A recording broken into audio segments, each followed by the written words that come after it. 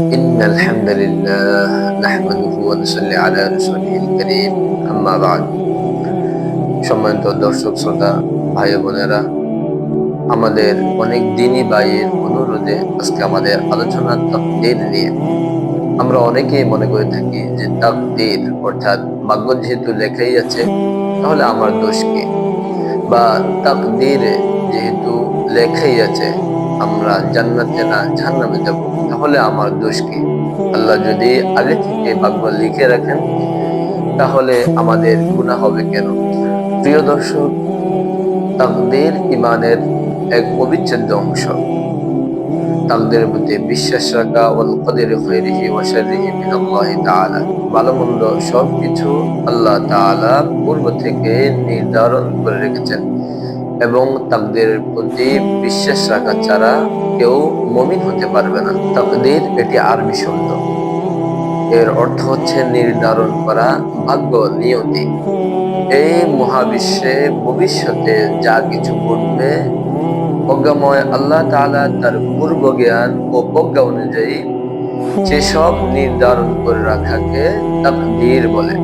তাকদীর মানুষের কাজের কারণ নয় এবং তাকদীর লিপিবদ্ধ আছে বলেই মানুষ ভালো মন্দ কাজ করছে, বিষয়টি এমনও নয়। বরং ভবিষ্যতে মানুষ যা কিছু করবে আল্লাহ তাআলা তা আগে থেকে জানেন, তাই আল্লাহ তাআলা আদিতে তা লিপিবদ্ধ করে রেখেছেন। আল্লাহ তাআলা আদিতে লিপিবদ্ধ করে রেখেছেন বলে মানুষ সেই লেখা অনুযায়ী কর্ম করছে, এ কথা মোটেও ঠিক নয়। কারণ আমরা কখন কি করব, কি খাবো, কোথায় কি ঘটবে, মহান আল্লাহ রাব্বুল আলামিন সেটা পূর্ব থেকে জানেন। কারণ আল্লাহ রাব্বুল আলামিন আলিমুল গায়ব, অদৃশ্য সংবাদ সম্পর্কে, অদৃশ্যের খবর আল্লাহ রাব্বুল আলামিন জানেন। তাই বান্দা ভবিষ্যতে কি করবে আল্লাহ রাব্বুল আলামিন সেগুলো পূর্ব থেকে জানেন বিদায় আল্লাহ রাব্বুল আলামিন সেগুলোকে লিপিবদ্ধ করে রেখেছে। উদাহরণস্বরূপ বলা যায় যে একজন অভিজ্ঞ ডাক্তার যখন বিছানায় শায়িত একজন রুগ্ন ব্যক্তিকে মুমূর্ষ অবস্থায় দেখতে পায়, তখন সেই ডাক্তার তার অভিভাবকদেরকে বলে যে এই রোগীকে নিয়ে আর দৌড়াদৌড়ি করা ঠিক হবে না, সে বেশি দিন লাস্টিং করবে না, 1 সপ্তাহের ভিতরে সে মারা যাবে। তারপর যদি সে ডাক্তারের কথা মতে 1 সপ্তাহের ভিতরে সে মারা যায়, তাহলে কি রোগীর অভিভাবকরা ডাক্তারকে ধরবে যে আপনি বলার কারণে সে মারা গেল?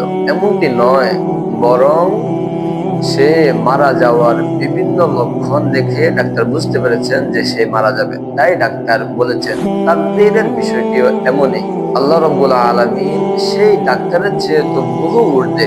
বিষয়টি এমন নয় যে আল্লাহ রাব্বুল আলামিন লিখে রেখেছেন বিদায় সে চুরি করছে, বরং সে যে দুনিয়াতে এসে খারাপ মানুষের সাথে মিলামিশা করে সে চুরি করবে সেটা আল্লাহ রাব্বুল আলামিন পূর্ব থেকে জানতেন বিদায় আল্লাহ রাব্বুল আলামিন লিখে রেখেছেন।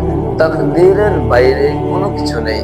সহিহ মুসলিমে রয়েছে, নবী সাল্লাল্লাহু আলাইহি ওয়াসাল্লাম বলেছেন প্রতিটি জিনিসে তাকদীর অনুযায়ী সংগৃহীত হয়ে থাকে। সহিহ মুসলিমের অপর এক বর্ণনা রয়েছে যে আল্লাহ রাব্বুল আলামিন সৃষ্টিকুলের সৃষ্টির 50 বছর পূর্বে সৃষ্টিকুলের তাকদীর লিপিবদ্ধ করে রেখেছেন। এখন প্রশ্ন হচ্ছে, তাকদীর বা ভাগ্য কি পরিবর্তন হয়? এর উত্তর হচ্ছে তাকদীর 2 প্রকার। 1 নম্বর তাকদীর মুবরাম, 2 নম্বর তাকদীর মুআল্লাক।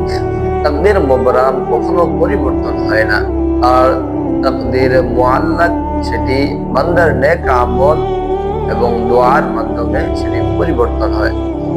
সে ব্যাপারে সুনান তিরমিজির মধ্যে হাদিস রয়েছে। সুনান তিরমিজি হাদিস নাম্বার 2139। عن سلمان رضي الله تعالى قال قال رسول الله صلى الله عليه وسلم لا يرد القضاء إلا الدعاء। হযরত সালমান রাদিয়াল্লাহু তাআলা থেকে বর্ণিত, নবী করিম সাল্লাল্লাহু আলাইহি ওয়াসাল্লাম বলেছেন যে দোয়া আল্লাহ তাআলার ফয়সালাকে পরিবর্তন করতে পারেন।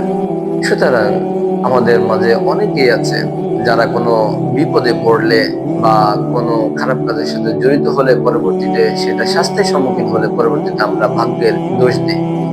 এগুলো ঠিক নয়, কারণ সেটা শিরক হয়ে যায়।